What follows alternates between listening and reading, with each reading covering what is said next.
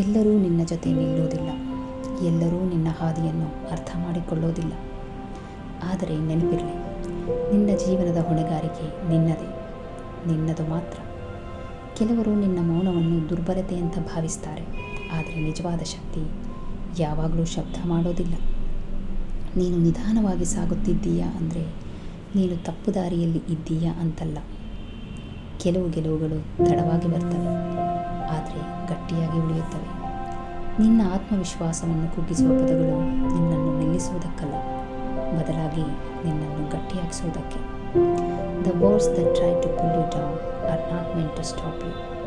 They are meant to make you stronger. ಇಂದು ನಿನ್ನ ಶ್ರಮ ಯಾರಿಗೂ ಕಾಣದೇ ಇರಬಹುದು, ಆದರೆ ಮುಂದೊಂದು ದಿನ ನಿನ್ನ ಶ್ರಮ ನಿನ್ನ ಗೆಲುವಾಗಿ ಕಾಣುತ್ತದೆ.